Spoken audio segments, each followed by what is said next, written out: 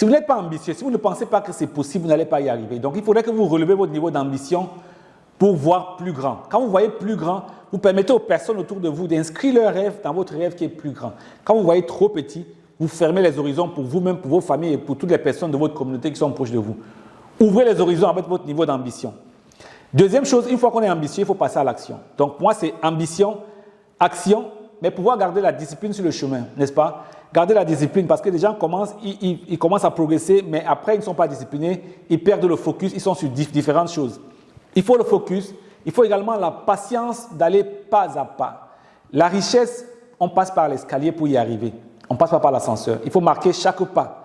Pourquoi? Parce que vous voyez la plupart des personnes qui étaient riches, qui ont été fauchées, sont facilement redevenues riches. Pourquoi?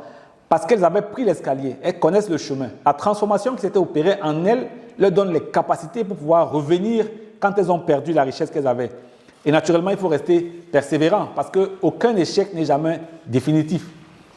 Un échec n'est que temporaire. Donc voilà. Alors, comme je l'ai dit tout à l'heure, le point que je vais insister, sur lequel je vais insister encore maintenant, c'est vraiment celui d'élargir votre vision. Il est important d'élargir votre vision. Vous ne pouvez pas viser haut et rester très bas en termes d'ambition.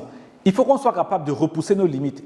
J'ai des gens qui me disent que oui, si eux, ils ont déjà une fortune de 100 millions, ils ont fait le maximum. S'ils ont déjà 2 millions par mois, ils ont fait le maximum.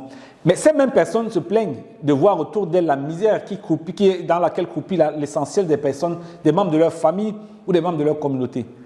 Mais ces personnes ont besoin de nous, pas seulement par l'argent qu'on va leur donner, mais par l'inspiration qu'on peut leur donner de montrer que c'est possible. C'est possible d'être en Afrique, c'est possible de pouvoir exploiter les richesses de l'Afrique pour nourrir et transformer les enfants de l'Afrique.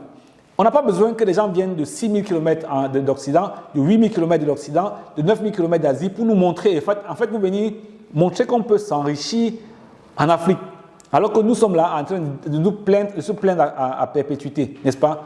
C'est bien de critiquer, de condamner des personnes qui viennent comme des prédateurs, mais c'est encore mieux de le faire parallèlement en montrant notre capacité à pouvoir travailler et aller acquérir cette richesse-là. Donc, la première chose, c'est d'ouvrir notre champ de vision, d'élargir le champ de vision, d'être des personnes plus ambitieuses. En essayant de voir plus grand, on va être capable d'impacter plusieurs ambitions d'autres personnes, n'est-ce pas?